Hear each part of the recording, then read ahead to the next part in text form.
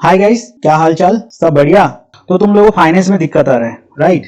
बहुत लोगों का मैसेज मिला, इसी पे बात करते हैं। पहले आज की क्लास में हम लोग सिर्फ यूनिट 1 पे बात करेगा और इस क्लास में हम लोग सिर्फ फाइनेंशियल इंस्टीट्यूशन पे बात करेगा। ठीक, यूनिट 1 ये वन शॉट वीडियो रहेगा यूनिट 1 के लिए। वैसे ही यूनिट 2, यूनिट 3, यूनिट 4 आएगा, तो इस तरीके से चलेगा। तो तुम लोगों को सबसे ज्यादा दिक्कत इसी सब्जेक्ट पे है, तो पहले इसी को देखते हैं।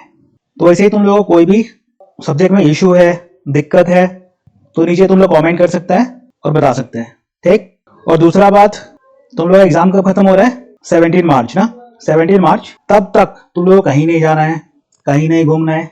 कोई भी फोन करे मत जाओ, कोई दोस्त बुलाए मत जाओ, बस पढ़ाई करो। अभी जो सब्जेक्ट हो गया, अच्छा हुआ खड़ा हुआ भूल जाओ। जो सब्जेक्ट बचा हुआ है उस पर पूरा ध्यान दो और अपना पूरा एनर्जी, जितना भी तुम्हारे अंदर ताकत है, सारा लगा दो। आ रहा बात समझ में? अब ये कुछ दिन मेहनत कर लो, जिस दिन रिजल्ट आएगा ना, देखना सबका मुंह बंद कर देगा तुम, समझ रहा है? और तुमको जो लाइफ मिला है ना, इसको तुम ही ठीक कर सकता है और तुम ही खराब कर सकता है। इस बात को याद रखना। आज मेहनत करेगा तो बाद में इज्जत से जी पाएगा, नहीं तो सिर्फ मिलेगा तुमको ताना। समझ रहे? घर पे ताना, बाहर ताना, हर एक तरफ ताना मिलेगा तुमको। देखो, इस दुनिया में दो लोग को छोड़ के तुम्हारा कोई नहीं है, इस बात को याद रखना। कोई दोस्त, कोई रिलेटिव, कोई आस पड़ोस, कोई नहीं है। बस सिर्फ दो लोग ही तुम्हारा साथ देगा, और वो है तुम्हारे पेरेंट्स, तुम्हारे मम्मी पापा, और कोई नहीं है भाई। तो ये बात तुमको जितना जल्दी समझ में आ जाए, तुम जब गिरे ना लाइफ में, या तुम पे कोई मुसीबत आएगा, तो आस पास तुमको कोई नहीं दिखेगा, सिर्फ दो ही लोग दिखेगा तुमको। दुनिया बहुत मतलबी है भाई। तो जिस एज में है ना, तुम लोग अभी ताजा ताजा जवान हुए हैं, तो तुम लोग को लगता है तुम लोग को सब कुछ मालूम है, और यही गलती करता है तुम लोग। ये जो एज ब्रैकेट है ना, 18 से 25, बहुत डेंजर है। इसमें अगर तुम थोड़ा सा भी इधर से उधर हुआ, थोड़ा भी भटका, खत्म है भाई, फिर कमबैक नहीं है। लाइफ में अगर कुछ भी डिसीजन लेता है, सोच समझ के लो। देखो कि उससे तुमको क्या फायदा है और क्या नुकसान है। अभी देखो, ऐसा है कि हमारे स्कूल का बहुत सारा बैचमेट सलट चुका है, समझ रहे हैं? मतलब दुनिया में नहीं है। कोई बाइक एक्सीडेंट में निकल लिया, कोई गलत एडिक्शन में चला गया और उसके वजह से खत्म हो गया। बस तुमको ये बताना है कि ऐसा कोई डिसीजन नहीं लेना है तुम लोगों को इस उम्र में जो कि तुम्हारे लिए सही नहीं है। आ रहा बात समझ में? क्योंकि अभी भटकना बहुत आसान है। तुम लोग जिस अभी एज में है, तुम लोगों को लगता है कि हम सब कुछ कर ले, ये भी ट्राई कर ले, वो भी ट्राई कर ले, ये एक्सपीरियंस कर ले। तो बस कुछ गलत चीज ट्राई मत करना बस। आ रहा बात समझ में? हम क्या बोलना चाहते हैं? कोई एडिक्शन, कोई नशा, ये सब चीजों से दूर रहना। क्योंकि तुमको इस चीज में ले जाने वाला तो बहुत मिलेगा, लेकिन इन सब चीजों से बाहर लाने वाला, फंसने के चांसेस बहुत ज्यादा है। समझ रहे? तो इसीलिए देख के, सोच के, समझ के एक्शन लेना है, कोई कदम उठाना है। तो चलो अब मुद्दे पे आता है और अपना क्लास चालू करते हैं और इस चैप्टर को समझते हैं। तो सबसे पहले हम लोग देखेगा organisation and management of RBI के बारे में। ठीक, आरबीआई मतलब रिजर्व बैंक ऑफ इंडिया। देखो क्या लिखा हुआ है, is the central bank of India responsible for regulating the countries monetary system. It was established on April 1, 1935 under the reserve bank of India act 1934. Initially, it was a private-owned bank, but it was nationalized on January 1, 1949. तो सबसे पहला बात ये क्या है? ये central bank है। तो तुम अपने आसपास जितना भी बैंक वगैरह देखते हैं, जैसे कि state bank of India, HDFC bank, ICICI bank, Punjab national bank, जितना भी ऐसा बैंक है, उन सब का ये क्या है? फादर, डैडी, पापा, कुछ भी बोल लो। समझ रहा है? क्यों? क्योंकि उन सब को यही रेगुलेट करता है, उन सबको बताता है कि तुमको कैसे काम करना है, तुम्हारा रूल्स एंड रेगुलेशन क्या होना चाहिए। तो उन सब का डैडी यही है। तो इसीलिए हम लोग इसको सेंट्रल बैंक ऑफ इंडिया बोलते हैं। सबसे ऊपर है ये, जितना भी बैंक है उन सबसे ऊपर है ये। इसका काम क्या है? Responsible for regulating the countries monetary system. Monetary system मतलब एवरीथिंग रिलेटेड टू मनी। ठीक है, मनी से जितना भी चीजें रिलेटेड है, पैसे से, उस सब को कंट्रोल और रेगुलेट कौन करता है? आरबीआई। इसको स्टैब्लिश कब किया था? देख लेना, पूछेगा तुमसे। जब शुरुआत में इसको बनाया था ना, जब इसको स्टैब्लिश किया था, मतलब चालू किया था इसको, तब पहले ये प्राइवेटली ओन्ड बैंक था, मतलब गवर्नमेंट के अंदर नहीं था ये। तो पहले ये एक प्राइवेट बैंक की तरह हुआ करता था, लेकिन बाद में इसको क्या कर दिया? नेशनलाइज कर दिया। कब किया? 1 जनवरी 1949। ये डेट वगैरह याद रखना। नेशनलाइज मतलब ये गवर्नमेंट के अंदर आ गया। अब इसको पूरा का पूरा किसके कंट्रोल के अंदर है? गवर्नमेंट के अंदर है ये। तो ये बात है आरबीआई के बारे में। अब चलो आगे बढ़ते हैं। तो नेक्स्ट देखो, objective of establishment of RBI, मतलब इसको बनाने का मकसद क्या था, चालू क्यों किया इसको? तो देखो, सबसे पहला क्या है ऑब्जेक्टिव इसका? Regulation of currency. करेंसी मतलब पैसा, money. To control and regulate the issue of currency notes in India. तो तुम जो भी करेंसी नोट वगैरह देखता है उसको रेगुलेट कौन करता है? रेगुलेट मतलब उसका रूल रेगुलेशन, कितना पैसा इशू होना चाहिए, कितना पैसा मार्केट में रहना चाहिए, समझ रहे हैं? ये सारा चीज रेगुलेट करता है कौन? आरबीआई। तो पहला क्या है? Regulation of currency. करेंसी को रेगुलेट कौन करता है? RBI. Control of credit to manage inflation and deflation through credit policies. तो ये दो वर्ड है, ये तुमको बहुत इज्जत से समझना पड़ेगा। एक होता है इन्फ्लेशन और दूसरा होता है डिफ्लेशन। बहुत इंपॉर्टेंट है इकोनॉमिक्स में, और यहाँ पे दोनों जगह तुमको मिलेगा ये सुनने के लिए। इन्फ्लेशन तो क्या होता है? इन्फ्लेशन, डिमांड बहुत ज्यादा है मार्केट में, तब हम लोग बोलता है इन्फ्लेशन। और जब डिमांड रहेगा मार्केट में तो क्या होगा? चीजों का दाम वगैरह बढ़ते ही जाएगा, क्योंकि सबके हाथ में पैसा है, समझ रहे हैं? हर एक लोगों के हाथ में पैसा है, तो इससे क्या होगा? चीजों का दाम बढ़ते ही जाएगा, तो उससे क्या होता है? इन्फ्लेशन बढ़ते जाता है, महंगाई बढ़ते जाता है। अब देखो 100 रुपए में जितना सामान साल भर 2 साल पहले मिलता था, आज का रेट में उतना पैसा में तुमको सामान नहीं मिलेगा, क्योंकि इन्फ्लेशन हो गया, मतलब चीजों का दाम बढ़ गया। तो ये होता है इन्फ्लेशन। इन्फ्लेशन में क्या होता है? डिमांड बहुत ज्यादा है मार्केट में, उसके वजह से महंगाई बढ़ते जा रहा है। और डिफ्लेशन, डिफ्लेशन मतलब डिमांड ही नहीं है, डिमांड है ही नहीं मार्केट में। क्यों नहीं है डिमांड? क्योंकि तुम्हारे हाथ में पैसा नहीं है, लोगों के हाथ में पैसा ही नहीं है, तो तुम सामान कहां से खरीदेगा? अब जब तुम सामान ही नहीं खरीद सकता तो महंगाई बढ़ ही नहीं सकता। डिफ्लेशन मतलब जहां डिमांड बिल्कुल नहीं है, क्योंकि मार्केट में लोगों के पास में हाथ में पैसा नहीं है। तो ये दोनों को कंट्रोल करने के लिए, ज्यादा इन्फ्लेशन ना हो जाए और ज्यादा डिफ्लेशन ना हो जाए, ज्यादा महंगाई भी खराब है और ज्यादा डिफ्लेशन भी खराब है जहां पे डिमांड ही नहीं है, तो इसको बैलेंस करना पड़ेगा, इसको बैलेंस करना पड़ेगा दोनों को। और इसीलिए इस आरबीआई को बनाया गया है कि तुम कंट्रोल करो इसको, ज्यादा महंगाई और ज्यादा डिफ्लेशन होने मत दो, ठीक है? तो इसी को बोलते हैं हम लोग कंट्रोल ऑफ क्रेडिट।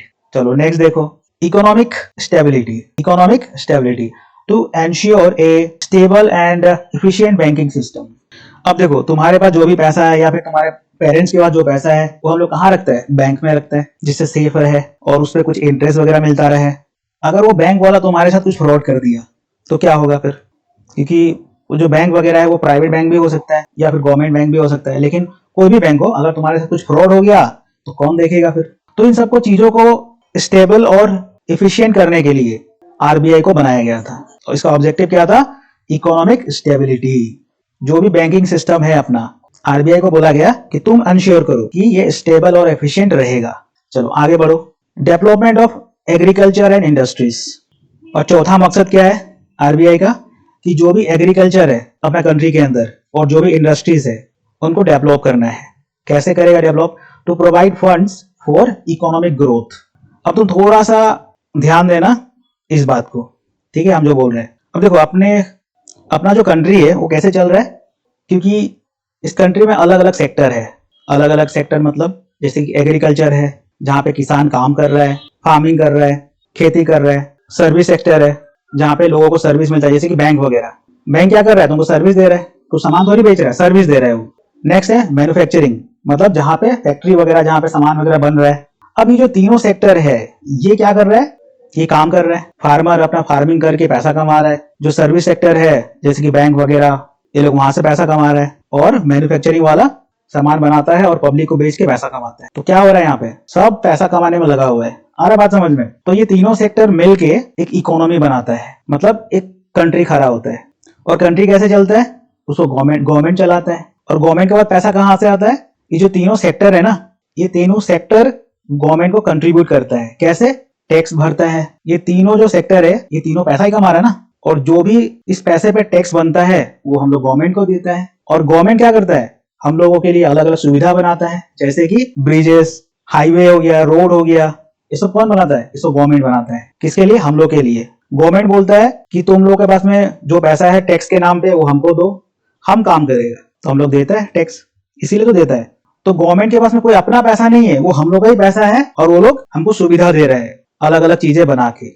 तो ये सारा चीज मिल के, जितना भी सेक्टर है, लोग है, गवर्नमेंट है, ये सब कुछ मिला के उसको हम लोग बोलता है इकोनॉमी। इकोनॉमी क्या है? यही है जहां पे तीनों सेक्टर मिलके काम कर रहा है, पैसा कमा रहा है, गवर्नमेंट को टैक्स भर रहा है। तो ये सब जो सारा जो मामला चल रहा है, इन सबको मिला के किसी कंट्री का इकोनॉमी बनता है कि कितना कमाई हो रहा है। आ रहा है कुछ बात समझ में? तो ऐसे चलता है देखो कंट्री। चलो अब आगे बढ़ते हैं। नेक्स्ट देखो क्या है, foreign exchange management. Foreign exchange management to stabilise the value of the Indian currency in the global market. तो तुम सुना होगा कि $1 मतलब 80 रुपया, 85 रुपीज, 90 रुपीज, ऐसा सुनता होगा तुम न्यूज वगैरह में। तो ये वही है फॉरेन एक्सचेंज मैनेजमेंट। हम लोग का जो पैसा है ना, उसका जो वैल्यू है वो कम बेसी होते रहते हैं डिमांड और सप्लाई की वजह से। तो ये जो फॉरेन एक्सचेंज मैनेजमेंट है, ये भी किसका काम है करना? आरबीआई का। नेक्स्ट देखो, supervision of financial institutions to ensure a sound banking system. मतलब ये जितना भी छोटा छोटा बैंक वगैरह है, वो कोई धांधली ना कर दे, किसी का पैसा लेके ना डूब जाए, भाग जाए, तो उसको भी सुपरविजन कौन करता है? आरबीआई। सुपरविजन मतलब निगरानी, ठीक है। ये जो आरबीआई है, ये जितना भी बैंक वगैरह है उन पे निगरानी करता है कि किसी के साथ, किसी पब्लिक के साथ गड़बड़ ना हो जाए। अब चलो आगे बढ़ते हैं। अब आगे देखो, मैनेजमेंट ऑफ आरबीआई। मतलब आरबीआई को चलाता कौन है? ठीक है, मैनेजमेंट मतलब पता ही है तुमको, बिजनेस स्टडीज तो पढ़ ही रहे तुम लोग। तो आरबीआई भी एक तो ऑर्गेनाइजेशन ही है जिसको कुछ लोग मैनेज करता है, चला रहा है। अब देखो कौन चला रहा है। तो सबसे पहले आता है governor. The RBI is headed by the governor, appointed by the government of India. तो आरबीआई में जो सबसे ऊपर पोस्ट है वो किसका है? वो है गवर्नर का। सबसे ऊपर है गवर्नर, और इसको अपॉइंट कौन करता है गवर्नर को? गवर्नमेंट ऑफ इंडिया, ठीक, अपना मोदी साहब फिलहाल। तो तुम लोग कमेंट सेक्शन में बताओ कि अभी आरबीआई का गवर्नर कौन है। गूगल करो, कहीं से भी पता करो, और नीचे कमेंट में बताओ कि गवर्नर कौन है अभी। चलो आगे बढ़ो। तो सबसे पहले आता है गवर्नर, उसके बाद आता है डेप्यूटी गवर्नर्स। देखो गवर्नर तो एक ही होता है, लेकिन डेप्यूटी गवर्नर्स मतलब उसके जो नीचे और जो पोस्ट वगैरह है उसमें कितना होता है? 4 होता है। 4 deputy governors assist the governor. मतलब ये जो मेन गवर्नर है, इसको हेल्प करने के लिए 4 और डेप्यूटी गवर्नर्स बनाए गए हैं। उसके बाद कौन है? Central board of directors. इसमें क्या है? It consist of 21 members including the governor, deputy governor and nominated directors. एक बोर्ड ऑफ डायरेक्टर होता है, ठीक है। इसके अंदर टोटल कितना मेंबर है? 21 मेंबर्स है, ठीक। और इस 21 के अंदर ये गवर्नर, डेप्यूटी गवर्नर और नॉमिनेटेड डायरेक्टर्स भी आ जाता है। तो इन सब को मिला के हम लोग बोलते हैं सेंट्रल बोर्ड ऑफ डायरेक्टर्स, जो कि मिलके आरबीआई को मैनेज करता है। उसके बाद local boards. There are 4 local boards, Mumbai, Kolkata, Chennai, New Delhi, that advise the central board. Central board कौन है? ये वाला सेंट्रल बोर्ड है, सेंट्रल बोर्ड ऑफ डायरेक्टर्स। इसको हेल्प करने के लिए 4 और लोकल बोर्ड्स बनाया गया है। किसको हेल्प करने के लिए? ये सेंट्रल बोर्ड को हेल्प करने के लिए। और वो 4 बोर्ड कौन है? मुंबई, कोलकाता, चेन्नई, न्यू दिल्ली, ठीक है। यहाँ पे ये 4 लोकल बोर्ड बनाए गए हैं जो कि सेंट्रल वाले को हेल्प करता है। आ रहा है कुछ बात समझ में? खोपड़ी में घुस रहा है कुछ? चलो आगे बढ़ो। तो आगे देखो, एडमिनिस्ट्रेटिव डिपार्टमेंट्स ऑफ आरबीआई। तो आरबीआई के अंदर बहुत सारा डिपार्टमेंट है, अलग अलग कामों को देखने के लिए, अलग अलग कामों को करने के लिए। अब देखो इस डिपार्टमेंट के बारे में। पहला डिपार्टमेंट क्या है? Monetary policy department. ये क्या करता है? Formulates monetary policies. नेक्स्ट क्या है?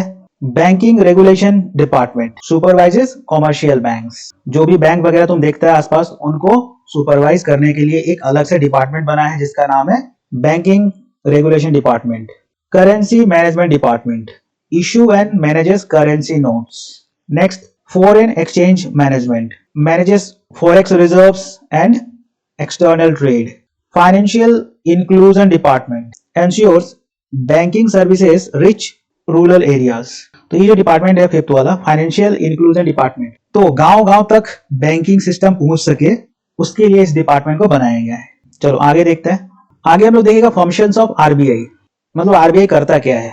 तो सबसे पहला फंक्शन है इसका ट्रेडिशनल फंक्शन, सुपरवाइजरी फंक्शन और आखिरी में प्रमोशनल फंक्शन। तो 3 फंक्शन है इसका आरबीआई का। इन तीनों को हम लोग डिटेल में देखते हैं कि ये तीनों करता क्या है। तो तुम सबसे पहले आ जाओ ट्रेडिशनल फंक्शन पे। यहाँ क्या होता है? सबसे पहले यहाँ मॉनेटरी अथॉरिटी, इसका पहला फंक्शन क्या है ट्रेडिशनल वाले का? Monetary authority formulates and implements monetary policies.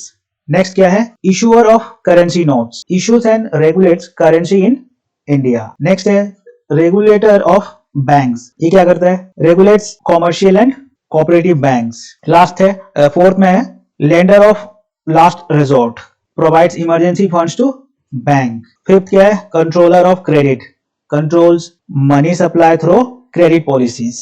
तो ये है इसका फंक्शन, किसमें? Traditional function. ठीक है, 3 फंक्शन तुमको बताया था हम। तो पहला जो फंक्शन क्या है? Traditional function. ट्रेडिशनल फंक्शन के अंदर ये सब सारा आता है। तो ये क्या हो गया? ये हो गया हेडिंग, और ये सब क्या है? ये सब सब हेडिंग है। समझ रहे हैं? तो एग्जाम में ऐसे तुमको दिखाना पड़ेगा, ये हेडिंग है और इसको नीचे ये सब सब हेडिंग है। तो इसी को बोलता है हेडिंग और सब हेडिंग। सबसे पहला काम क्या है इसका? पॉलिसी वगैरह बनाना। मॉनेटरी पॉलिसी मतलब पैसे से जो भी रिलेटेड है उसका जो पॉलिसी वगैरह होता है वो ये बनाता है। नेक्स्ट, जो करेंसी है उसको रेगुलेट कैसे किया जाए, कितना इशू किया जाए, वो सारा काम यहाँ होता है। नेक्स्ट, जो भी कॉमर्शियल बैंक वगैरह है या फिर कोऑपरेटिव बैंक है उन सबको रूल्स एंड रेगुलेशन यही बताता है। Provides emergency funds to bank. अगर ये बैंक वगैरह जो है आसपास तुम देख रहे हैं, इनको अगर पैसा का जरूरत है, फंड का जरूरत है, तभी भी इनको कौन देता है? इनका फादर, इनका daddy, RBI. Next, controls money supply through credit policies. Country के अंदर कितना मनी सप्लाई होना चाहिए, मतलब मार्केट में कितना पैसा होना चाहिए, जिससे इन्फ्लेशन और डिफ्लेशन कंट्रोल रहे। इन्फ्लेशन तुमको बताया था, महंगाई, और डिफ्लेशन मतलब मंदी, ये दोनों कंट्रोल रहे, ज्यादा इन्फ्लेशन ना हो जाए और ज्यादा डिफ्लेशन ना हो जाए। इसको भी कंट्रोल करने के लिए यहीं पे पॉलिसी वगैरह बनता है। चलो आगे बढ़ो। नेक्स्ट फंक्शन क्या था? Supervisory function. यहाँ क्या होता है? Supervision of commercial banks ensures proper functioning of banks. Banks वगैरह इज्जत से काम करता रहे, ये चीज यहाँ पे देखा जाता है। रेगुलेशन ऑफ, तो नेक्स्ट क्या है? Regulation of NBFCs. एनबीएफसीज का फुल फॉर्म क्या है? Non banking financial companies supervises financial institutions. NBFC क्या होता है? जो सिर्फ लोन देता है, जो सिर्फ लोन देता है। वहां पे तुम पैसा जाकर डिपॉजिट नहीं कर सकता है, विड्रॉ नहीं कर सकता है। जैसे एसबीआई में तुम करता है ना, पैसा वहां पे डिपॉजिट कर दिया फिर विड्रॉ कर लिया, तो वो बैंक है। ये है नॉन बैंक, मतलब यहाँ पे कोई डिपॉजिट और विड्रॉ नहीं होता, यहाँ पे सिर्फ और सिर्फ लोन दिया जाता है, उसको बोलता है non bank NBFC. Licensing of banks grants licences to banks for operation. तो आरबीआई क्या करता है? ये जितना भी इसके नीचे बैंक वगैरह है, जितना भी कॉमर्शियल बैंक वगैरह है, कॉमर्शियल बैंक मतलब SBI, union bank of India, HDFC, इसमें सब क्या है? सब कॉमर्शियल बैंक है। और इन सबको लाइसेंस कौन दिया है कि तुम चलाओ, बैंक चलाओ तुम? आरबीआई। ठीक है, जैसे तुम बाइक चलाता है, गाड़ी चलाता है, तुमको लाइसेंस चाहिए ना। बिना लाइसेंस मतलब क्या? अगर तुम्हारे पास लाइसेंस नहीं है तुम चला रहा है, मतलब तुम गलती कर रहा है। तो वैसे ही किसी भी बैंक को शुरू होने से पहले आरबीआई से लाइसेंस लेना पड़ता है। आरबीआई बोलेगा कि ठीक है तुमको लाइसेंस दिया, चलाओ, शुरू करो, तो वो लोग चालू हो जाता है। चलो आगे। Inspection and audit ensures financial discipline in bank. Bank वगैरह इज्जत से काम करता रहे। इज्जत देखो यहाँ पे भी डिसिप्लिन लिखा हुआ है। ठीक है, ensures financial discipline in bank. Bank वगैरह कायदे से काम करता रहे, उसका भी ये इंस्पेक्शन और ऑडिट करवाते रहता है। ऑडिट मतलब चेक करना कि कायदे से काम तो हो रहा है। नेक्स्ट है प्रमोशनल फंक्शन। अब इसमें क्या होता है? Development of banking system encourages financial inclusion. तो इस फंक्शन में आरबीआई क्या करता है? जितना ज्यादा हो सके लोगों को बैंकिंग सिस्टम से जोड़ना चाहता है। कहां से जोड़ना चाहता है? बैंकिंग सिस्टम से। Support to agriculture and industries. तो इसका नेक्स्ट फंक्शन क्या है? Support to agriculture and industries. यहाँ क्या होता है? Provides funds through NABARD and SIDBI. तो नेक्स्ट ये एग्रीकल्चर और इंडस्ट्रीज को सपोर्ट करता है। कैसे? फंड करके। किसको फंड करता है? नबार्ड और, अब हमको फिर से तुम लोग कमेंट में बताओ कि नबार्ड और सिडबी का फुल फॉर्म क्या है, पूछेगा एग्जाम में तुमको। और दूसरा बात, ये जो नबार्ड है ना, NABARD, इसके बारे में इज्जत से पढ़ लेना कि इसका फंक्शन क्या है, ऑब्जेक्टिव क्या है, बहुत ही इंपॉर्टेंट है इसके बारे में तुमको जानना। तो नबार्ड क्या है? ये एक अलग से एक ऑर्गेनाइजेशन है जो मेनली एग्रीकल्चर में जो लोग काम करता है ना, जो फार्मिंग करता है, खेती करता है, उनको ये फंड प्रोवाइड करता है। तो आरबीआई क्या करता है? आरबीआई इन दोनों को फंड करता है, और ये दोनों किसको फंड करता है? लोगों को, फार्मर्स को। चलो आगे बढ़ो। नेक्स्ट है प्रमोट्स रूरल डेवलपमेंट। रूरल मतलब गांव, और अर्बन मतलब शहर। रूरल डेवलपमेंट को प्रमोट करता है कि गांव ज्यादा से ज्यादा डेवलप हो। Introduces policies for rural financial growth. तो इस तरीके से पॉलिसीज वगैरह बनाया जाता है कि गांव में भी फाइनेंशियल ग्रोथ, लोग भी वहां पे अकाउंट वगैरह खोले बैंकों में, बैंक से जुड़े। आ रहा बात समझ में? देखो बैंक से जुड़ना जरूरी क्यों है? क्योंकि तुम्हारे पास जो पैसा है, तुम जो कमाता है वो पैसा, अगर तुम अपने पॉकेट में रख लिया, घर में रख लिया, समझ रहा है, अगर जो एक्स्ट्रा पैसा है उसको तुम घर में रखा है, तो उससे कोई फायदा नहीं है, क्योंकि उसका जो वैल्यू है ना वो गिरते जाता है इन्फ्लेशन के वजह से, महंगाई की वजह से।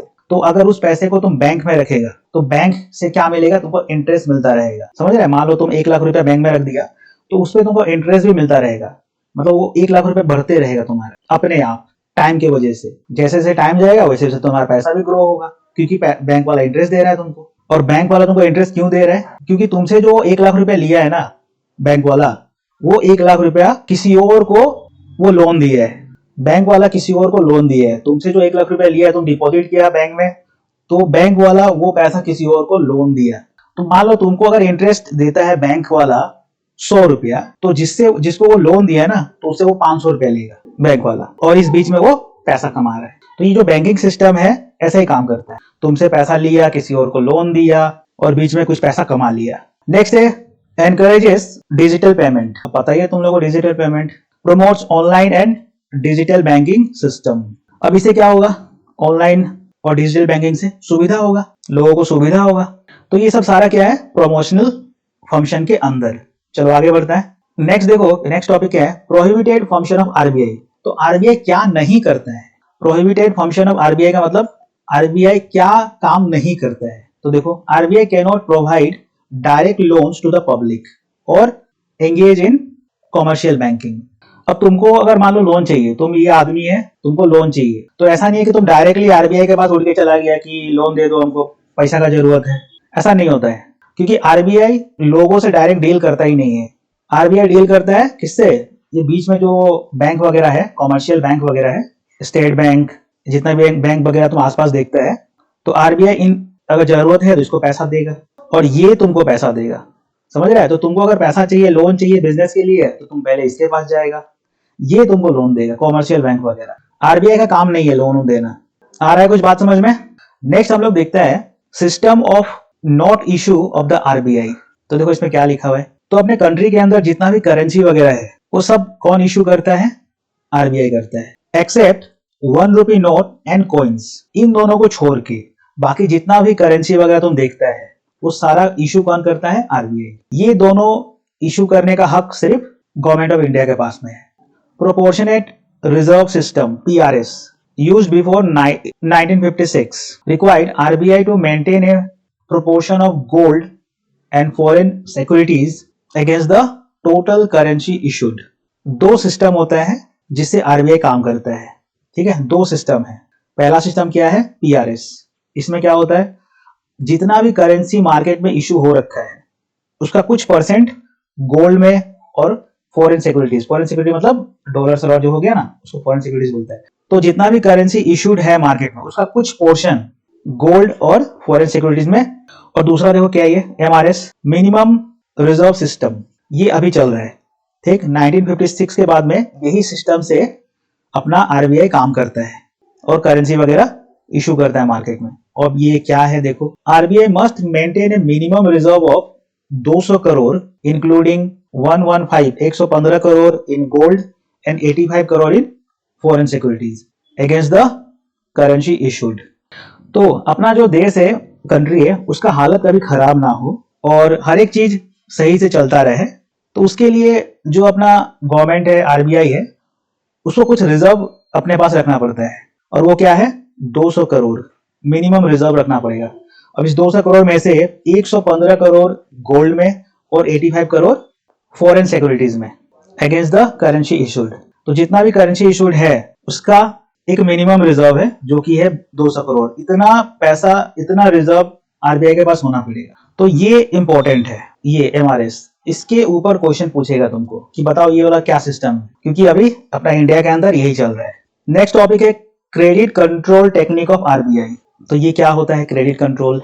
Introduction to credit control. Credit control refers to the RBI's measures to regulate the supply of money and credit in the economy। तो इकोनॉमी हम तुमको बताया था, सब कुछ मेल बुला के इकोनॉमी बनता है। इंडस्ट्री मिला दो, सारा काम मिला दो, पैसा मिला दो, उन सबको मिला के एक इकोनॉमी बनता है। तो इस इकोनॉमी में कितना पैसा होना चाहिए, ठीक है, कितना मनी का सप्लाई होना चाहिए, उसको कंट्रोल कौन करता है?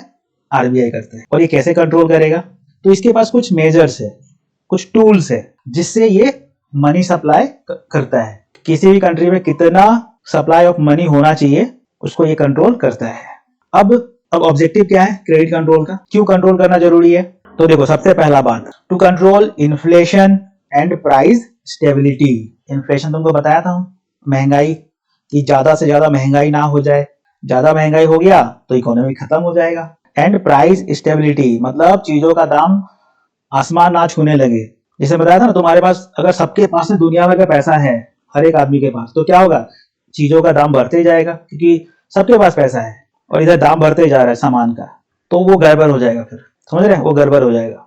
तो इसको कंट्रोल करना पड़ेगा, लोगों के हाथ से पैसा कम करना पड़ेगा। और कैसे करेगा वो? कम लोन दे के, लोन कम दो इन लोगों को। समझ रहा है, लोगों का पैसा कहाँ से आता है? ये लोग बैंक में जाता है, लोन ले लेता है। तो इसी चीज को कंट्रोल करने के लिए हम लोग बोलता है कि इन्फ्लेशन और प्राइस स्टेबिलिटी को कंट्रोल करने के लिए इसको बनाया गया है, क्रेडिट कंट्रोल को। नेक्स्ट क्या है? To ensure economic growth with financial stability. Economy में ग्रोथ होता रहे विद फाइनेंशियल स्टेबिलिटी, मतलब जितना भी अपना इंडस्ट्रीज है, सेक्टर है, सेक्टर कौन सा सेक्टर? एग्रीकल्चरल, मैन्युफैक्चरिंग, सर्विसेज, सब सारा क्या है? सेक्टर है। समझ रहे हैं? और इन सेक्टर में क्या हो रहा है? काम हो रहा है, पैसा हो रहा है, पैसा बन रहा है। तो जितना ज्यादा पैसा बनेगा, कहाँ से पैसा बनेगा? जो फार्मर है वो अपना सामान बेचेगा, पैसा बनाएगा। जो भी सर्विस देने वाला है वो सर्विस देगा, पैसा बनाएगा। जो भी मैन्युफैक्चरिंग कर रहा है, सामान बना रहा है, उस सामान को बेचेगा और पैसा बनाएगा। तो जितना ज्यादा पैसा बनेगा उससे क्या होगा? इकोनॉमी में ग्रोथ आएगा, गवर्नमेंट के पास में और पैसा आएगा। जितना ज्यादा ग्रोथ होगा, जितना ज्यादा लोगों के पास पैसा आएगा, लोग क्या करेगा? टैक्स भरेगा। टैक्स भरेगा, क्या होगा? गवर्नमेंट के पास में और पैसा आएगा। ठीक है, तो ऐसे काम करता है हर एक चीज। To regulate liquidity in the market and avoid excess credit. क्या था ये? To regulate liquidity in the market. Liquidity मतलब, ठीक है, लिक्विडिटी मतलब कैश, कैश का कमी ना हो मार्केट में। एंड अवॉइड एक्सेस क्रेडिट मतलब अनभक्का किसी को लोन दे रहा है। ठीक है, तो इन सब चीजों को बचने के लिए ये सब सारा टेक्निक बनाया गया है, क्रेडिट कंट्रोल करना जरूरी है। नेक्स्ट क्या है? To prevent speculative activities in the financial sector. ये स्पेकुलेटिव एक्टिविटी क्या है? इसका मतलब है गैम्बलिंग, जुआ। समझ रहे हैं? ये सब एक्टिविटी से बचाने के लिए ये क्रेडिट कंट्रोल को लेके आया गया है। आ रहा है बात समझ में? चलो अब आगे बढ़ो। Methods of credit control. अब जो क्रेडिट कंट्रोल होगा वो कैसे होगा? तो इसका अपने पास में दो मेथड है। ठीक है, दो मेथड है जिससे क्रेडिट कंट्रोल किया जाएगा। तो देखो, क्रेडिट कंट्रोल मतलब और थोड़ा समझ लो। ये तुम है, तुमको लोन चाहिए, तुम किसके पास जाएगा? तुम बैंक में जाएगा। बैंक वाला तुम्हारा डॉक्यूमेंट वगैरह देखेगा और तुमको लोन दे देगा। अगर सब कुछ सही है तुमको लोन दे देगा। तो तुम्हारे पास में क्या आ गया? पैसा आ गया, मनी आ गया तुम्हारे पास। अब ऐसे ही अगर हर एक आदमी को बैंक वाला लोन देता रहे तो हर एक आदमी के हाथ में बहुत सारा पैसा आ जाएगा। समझ रहे हैं? और इस पैसे से क्या होगा? इन्फ्लेशन बढ़ेगा, क्योंकि डिमांड बढ़ेगा। हर एक लोग के हाथ में पैसा है तो चीजों का दाम बढ़ते जाएगा, बढ़ते जाएगा। तो इसको कंट्रोल करना जरूरी है। जरूरत से ज्यादा लोन ना चला जाए लोगों के पास, जिससे इन्फ्लेशन ना बढ़ जाए। समझ रहे हैं? तो इसी को बोलते हैं हम लोग क्रेडिट कंट्रोल। क्रेडिट मतलब उधारी, बाकी। तो जब भी ज्यादा हो जाता है क्रेडिट मार्केट के अंदर तो उसको कंट्रोल करना जरूरी है। ठीक है, और मान लो हर एक आदमी को पैसा मिल गया है और ये अनभाका खर्चा कर रहा है, तो इससे क्या होगा? इन्फ्लेशन बढ़ जाएगा, और इन्फ्लेशन बढ़ेगा तो सामान का दाम बहुत ज्यादा बढ़ने लगेगा, और उससे क्या होगा? अपना जो सिस्टम है वो कोलैप्स हो जाएगा, खत्म हो जाएगा। तो इसको कंट्रोल करना जरूरी है। अपना जो पैसा है उसका वैल्यू गिरते जाएगा, गिरते जाएगा। समझ रहे हैं? इसको कंट्रोल करना जरूरी है। तो इसको कंट्रोल कैसे करेगा? ये दो मेथड है। ठीक है, आरबीआई जो ये क्रेडिट कंट्रोल करता है उसके पास ये दो मेथड है जिससे वो करेगा। तो चलो इन दोनों पे बात करते हैं। पहले ए वाले को देखते हैं, क्वांटिटेटिव क्रेडिट कंट्रोल टेक्निक्स। ये क्या है? तो पहला वाला मेथड हम लोग देख लेते हैं, क्वांटिटेटिव क्रेडिट कंट्रोल टेक्निक्स। तो इसमें क्या होता है देखो, this control the total value of credit in the economy. जो भी इकोनॉमी में क्रेडिट जा रहा है उसको ये कंट्रोल करता है। कैसे? पहला, बैंक रेट पॉलिसी। ये क्या होता है?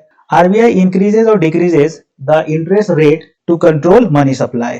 तो तुमको बताया था कि तुमको अगर लोन चाहिए तो तुम बैंक के पास जाएगा, ये बैंक है, और बैंक को पैसा चाहिए तो ये कहाँ जाएगा? ये आरबीआई के पास जाएगा। समझ रहे हैं?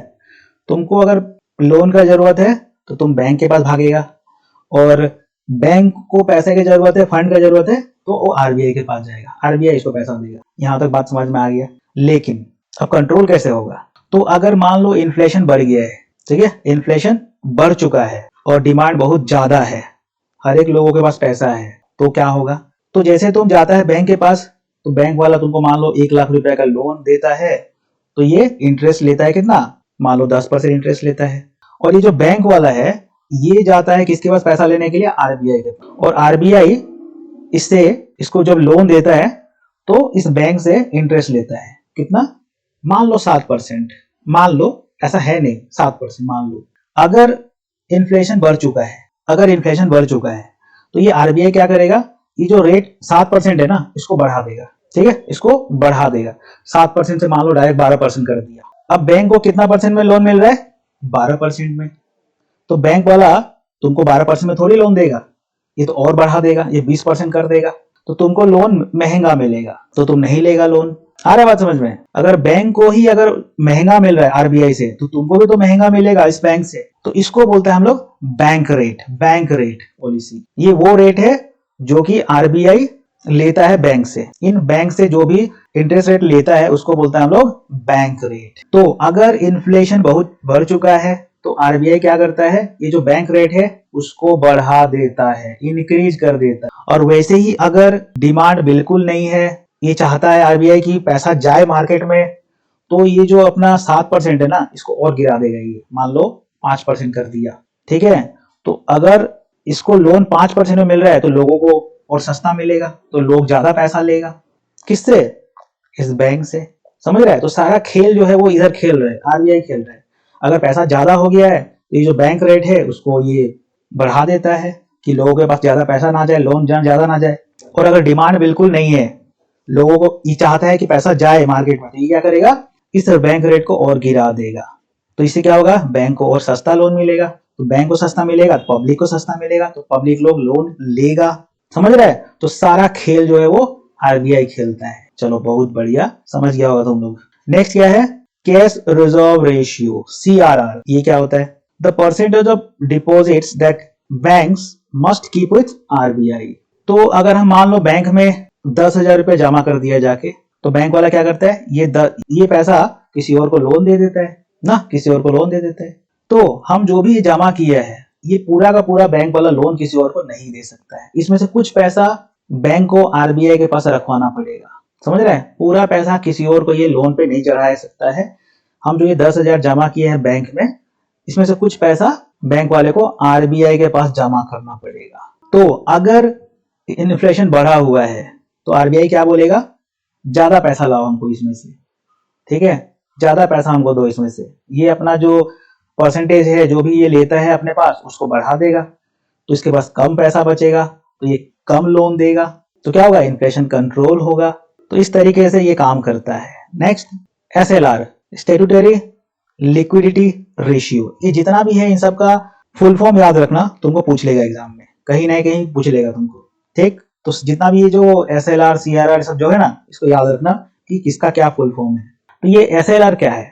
Banks must maintain a fixed percentage of their deposits in liquid assets. तो जैसे कि हम यहाँ पे बताया तुमको, 10,000 रुपए जमा किया बैंक में जाके, बैंक तो ये लोन में चढ़ाना चाहता है 10,000 रुपए, तो आरबीआई बोलते कि नहीं, इसमें से कुछ पैसा तुमको अलग से रखना पड़ेगा, एक तो हमको देना ही पड़ेगा, ठीक है, जो हमको तुम देगा उसको बोलता है सीआरआर। बैंक वाला जो जमा करवाता है कुछ पैसा इसमें से, उसको बोलता है सीआरआर। और बैंक वाला बोलता है कि अपने पास तुमको अपने पास भी इसमें से कुछ पैसा रखना पड़ेगा, तो उसको बोलते हैं हम लोग एसएलआर। फिर जो पैसा बचा वो पैसा तुम लोन में चढ़ाओ। तो अगर आरबीआई चाहता है कि पैसा कम जाए मार्केट में, इन्फ्लेशन बढ़ा हुआ है, तो ये क्या करेगा? यहाँ ज्यादा बढ़वा देगा, बोलेगा कि तुम एसएलआर में ज्यादा रखो और जो पैसा बचा वो लोन पे चढ़ाओ। तो कम पैसा बचेगा, कम लोन जाएगा, लोगों के हाथ में कम पैसा आएगा, तो इसको बोलते हैं हम लोग एसएलआर। नेक्स्ट क्या है? Open market operations, OMO, buying and selling of government securities to control liquidity.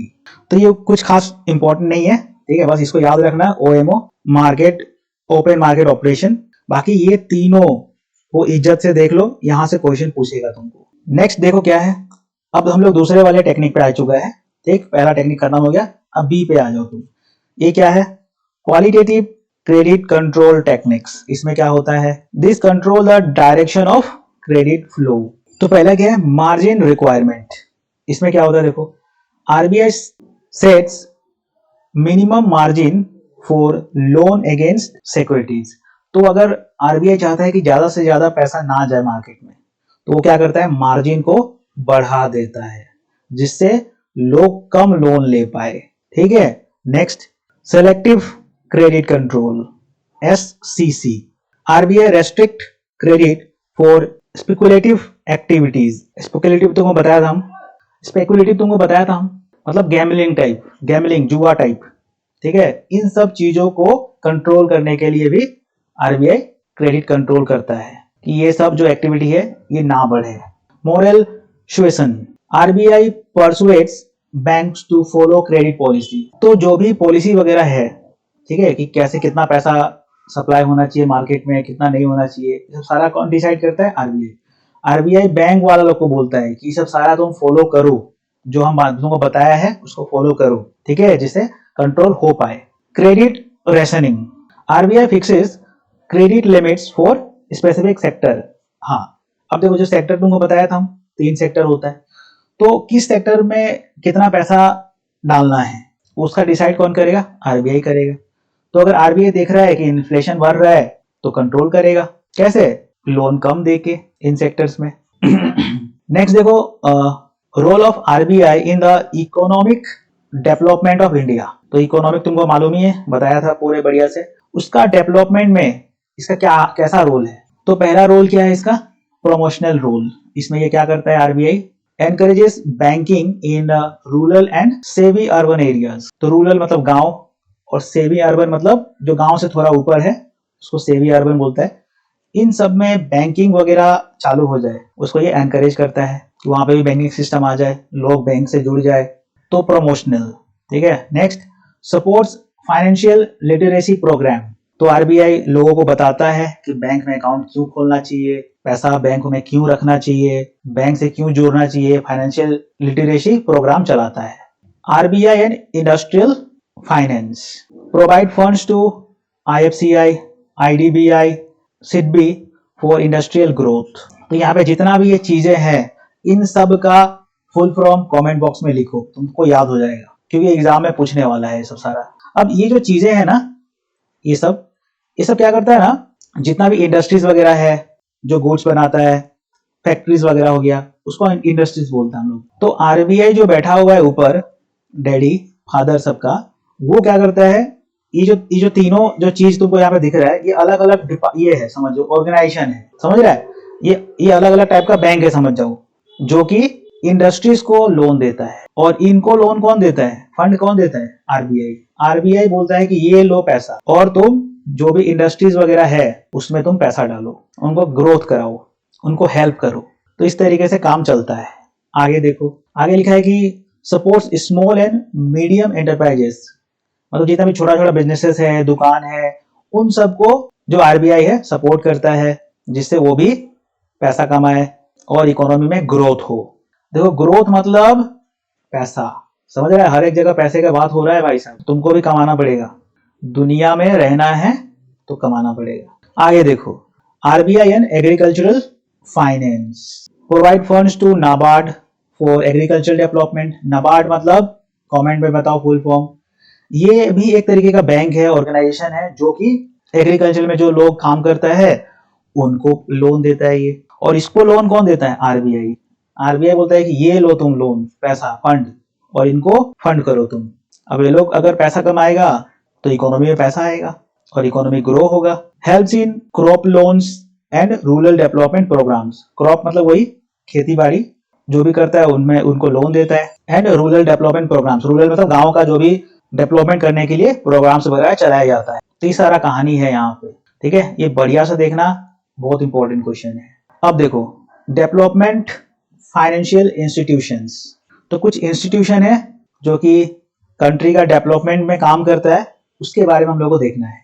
तो देखो सबसे पहले क्या है, आईएफसीआई मतलब industrial finance corporation of India. ये क्या है, आईएफसीआई एक इंस्टीट्यूशन है, इसका फुल फॉर्म याद कर लो बढ़िया से, industrial finance corporation of India. Industrial मतलब फैक्ट्री जहां सामान वगैरह बनता है, उन सब चीजों को ये फाइनेंस करता है, फंड करता है। देखो यहाँ इसका ऑब्जेक्टिव क्या है, ये जो एफसीआई इसका मकसद क्या है, इसका मकसद है to provide medium long term finance to industries. ये जो इंडस्ट्रीज वगैरह है, चाहे मीडियम हो चाहे लॉन्ग टर्म हो, फाइनेंस करवाता है ये।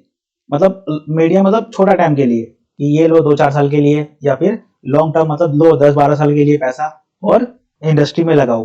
ठीक है, मान लो तुम्हारे पास इंडस्ट्री है, कुछ तुम लगाना चाहता है, कुछ फैक्ट्री बैठाना चाहता है, तो तुम किसके पास जाएगा? तुम जाएगा इसके पास, IFCI के पास। तुम इसको बोलेगा कि देखो ये मेरा प्रोजेक्ट है, ये हम करना चाहता है, पैसा दो हमको। तो ये पैसा तुमको देगा, लेकिन फोकट में नहीं देगा, ये तुमसे इंटरेस्ट लेगा, लेकिन तुमको एक बार हेल्प करेगा। तुम्हारा अगर प्रोजेक्ट में दम है तो तुमको ये हेल्प करेगा, मतलब फंड करेगा तुमको। क्योंकि तुम ये जो इंडस्ट्री बैठाया है, ये किस लिए बैठाया है? समाज सेवा के लिए तो बैठाया नहीं है, तुम भी पैसा कमाना चाहता है। और ये जो यहाँ पे चालू हुआ है, इसका भी मकसद पैसा ही है। तुम कुछ कमाएगा, तुम इसको इंटरेस्ट भरेगा, तो इस तरीके से चीजें काम करता है। हर एक जगह पैसा का ही मोटिव है। आगे देखो, to support industrial development in backward areas. जितना भी बैकवर्ड एरिया है, मतलब गांव हो गया, वहां पे इंडस्ट्रीज चालू हो जाए, उसमें भी ये काम करता है। नेक्स्ट, इसका फंक्शन क्या है? ये करता क्या है?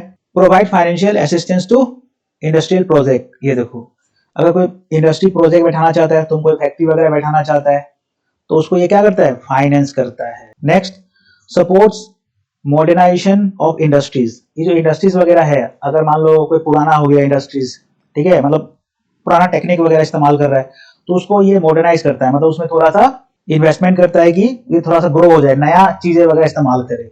जैसे कि तुम 4G से 5G में शिफ्ट हुआ ना, टेक्नोलॉजी बढ़ गया, वैसे ही इंडस्ट्रीज वगैरह भी मॉडर्नाइज होता है। Provides loan for infrastructure projects. Infrastructure मतलब रोड, हाईवेज, ब्रिजेस, ये सब होता है इंफ्रास्ट्रक्चर। बहुत जरूरी है, क्योंकि बिना अगर रोड ही नहीं है तुम्हारे कंट्री के अंदर, ब्रिज नहीं है, हाईवेज नहीं है, तो तुम ट्रेवल कैसे करेगा? तो इन सब को प्रोजेक्ट को भी ये क्या करता है? लोन देता है। चलो अब आगे बढ़ता है। नेक्स्ट है देखो, SFC। मतलब स्टेट फाइनेंशियल कॉर्पोरेशन। अब ये इसका मकसद क्या है, क्या काम, क्यों चालू हुआ है ये? SFC है, इसका ऑब्जेक्टिव क्या है, मतलब इसका मकसद क्या है? तो पहला है to provide financial assistance to small and medium enterprises. ये भी फाइनेंस करता है, किसको? Small and medium enterprises. जितना भी छोटा छोटा बिजनेसेस वगैरह है, उन सबको ये फाइनेंशियल असिस्टेंस मतलब लोन वगैरह देता है। आगे, to promote regional industrial growth. तो ले दे के बस वही बात है कि ये इंडस्ट्रीज वगैरह में पैसा डालता है, ठीक है, उनको हेल्प करता है कि ग्रो हो। आगे देखो, इसका फंक्शन क्या है, करता क्या है ये? Grants loan to small and medium size industries. ठीक है। Next, provides working capital to businesses. Working capital मतलब जो उनका डे टू डे एक्टिविटीज है ना, उसको बोलता है वर्किंग कैपिटल। अब जैसे कि तुम दुकान, छोटा मोटा कोई दुकान देखेगा, उसका डे टू डे खर्चा क्या है कि अपना होलसेलर से सामान लेके आना है, ठीक है, सैलरी देना है, इलेक्ट्रिक का बिल भरना है, तो ये सब जो खर्चा वगैरह है ना, इसको बोलता है वर्किंग कैपिटल। तो इन सब चीजों के लिए भी ये पैसा देता है। Encourages entrepreneurship and self employment. मतलब अगर तुम कोई बिजनेस चालू करना चाहता है या फिर कोई धंधा चालू करना चाहता है, तो तुमको ये हेल्प करता है, एनकरेज करता है, करो, आगे बढ़ो। तो ये नेक्स्ट क्या है? SIDC। फुल फॉर्म देखो, स्टेट इंडस्ट्रियल डेवलपमेंट कॉर्पोरेशन। फिर से देखो, यहाँ पे इंडस्ट्रियल लिखा हुआ है, मतलब वही मैन्युफैक्चरिंग, फैक्ट्री, इन सब से रिलेटेड है, ठीक है, उन सबको ये फाइनेंस करेगा। तो इसका देखो ऑब्जेक्टिव, मेन इसका मकसद क्या है? Promote industrialisation in various states. ठीक। Next, to provide financial and technical assistance to industries. तो देखो वही काम है इसका, जो इंडस्ट्रीज वगैरह है उसको प्रमोट करो अलग अलग स्टेट में, और दूसरा इनको फाइनेंशियल और टेक्निकल सपोर्ट वगैरह दो। नेक्स्ट, इसका फंक्शन क्या है, ये करता क्या है? Supports infrastructure development in states. Infrastructure मतलब तुमको पता ही है, रोड, हाईवेज, फ्लाईओवर, ये सब इंफ्रास्ट्रक्चर है। Helps in the establishment of new industries. नया कोई इंडस्ट्रीज लगाने में मदद करता है। Next, provides seed capital to startup. Startup में तो पता ही है, कोई नया अगर तुम कोई धंधा शुरू करना चाहता है, तो उसको भी ये सीड कैपिटल मतलब एकदम शुरुआत में जो कैपिटल को चाहिए नया कोई स्टार्टअप चालू करने के लिए, तो उसको भी हेल्प करता है कैपिटल देके, पैसा देके, फंड देके। नेक्स्ट देखो क्या है, नबार्ड। ये सबसे ज्यादा इंपॉर्टेंट है, इसका सब कुछ बढ़िया से देख के जाना। नबार्ड मतलब national bank for agriculture and rural development. तो इसका नाम से तुमको देखो यहाँ पे एग्रीकल्चर दिख रहा है, एंड रूरल मतलब गांव का डेवलपमेंट, ठीक है, मतलब ये दो काम करेगा, या तो एक तो एग्रीकल्चरल डेवलपमेंट और दूसरा रूरल डेवलपमेंट, तो ये उनके लिए काम करता है। तो देखो इसका ऑब्जेक्टिव क्या है। पहला, to provide finance for agricultural and rural development. ठीक, फाइनेंस मतलब फंड, पैसा प्रोवाइड करता है किसको, एग्रीकल्चरल के लिए, और दूसरा रूरल डेवलपमेंट के लिए। To support rural infrastructure and self employment. Infrastructure तुमको पता ही है, और सेल्फ एम्प्लॉयमेंट मतलब अगर तुम कुछ अपना कोई धंधा शुरू करना चाहता है, बिजनेस शुरू करना चाहता है, तो उसमें ये तुमको सपोर्ट करेगा। सपोर्ट मतलब क्या, पैसा देगा और क्या। इसका फंक्शन देखो, तो जितना भी रूरल बैंक है, मतलब गांवलिया बैंक वगैरह है, या फिर कोऑपरेटिव बैंक है, उन सबको ये फाइनेंस करता है। ठीक है, उन सबको ये फाइनेंस करता है। ये लोग क्या करता है, गांव में ऑपरेट करता है, समझ रहे, गांव में ऑपरेट करता है, गांव में लोगों को लोन वगैरह देता है, जिससे एग्रीकल्चर में सपोर्ट हो उनको और रूरल डेवलपमेंट में काम हो। नेक्स्ट देखो, promotes self help groups and micro finance institutions. Self help group मतलब जो कि खुद कोई बिजनेस चालू कर रखा है, ये करना चाहता है, या फिर माइक्रो फाइनेंस इंस्टीट्यूशन जो मतलब एकदम छोटा लेवल पे इंस्टीट्यूशन है जो कि लोन वगैरह देता है, ये उनको प्रमोट करता है। कौन, नाबार्ड। आगे देखो, funds rural infrastructure projects like irrigation and roads. तो इन सब प्रोजेक्ट में भी ये फंड देता है। तो ये था नाबार्ड के बारे में, बहुत इंपॉर्टेंट है, नाबार्ड को छोड़ना मत, बढ़िया से देख के जाना। तो ये था पूरा फाइनेंशियल इंस्टीट्यूशंस यूनिट 1। बहुत ही इंटरेस्टिंग टॉपिक है, बहुत कुछ सीखने वाला चीज है यहाँ पे, ठीक है, जो कि तुम रियल लाइफ में अप्लाई भी करेगा, समझ रहा है। तो इसको बढ़िया से समझ लेना, इस चैप्टर को लगने से 1-2 बार और वीडियो को देखना। तो जितना भी टॉपिक हम लोग पढ़ा सारा इंपॉर्टेंट है, सबको देखना है बढ़िया से। और देखो 20 नंबर है, तो पूरा का पूरा 20 नंबर लेके आना है। तो अब तुम लोगों का काम शुरू होता है, यहाँ से तैयारी चालू करो और एग्जाम में फोड़ दो, कुछ नहीं छूटना चाहिए। तो चलो अभी के लिए रखता है, कोई डाउट हो तो कमेंट करो, शेयर और सब्सक्राइब भी कर देना। चलो बाय बाय।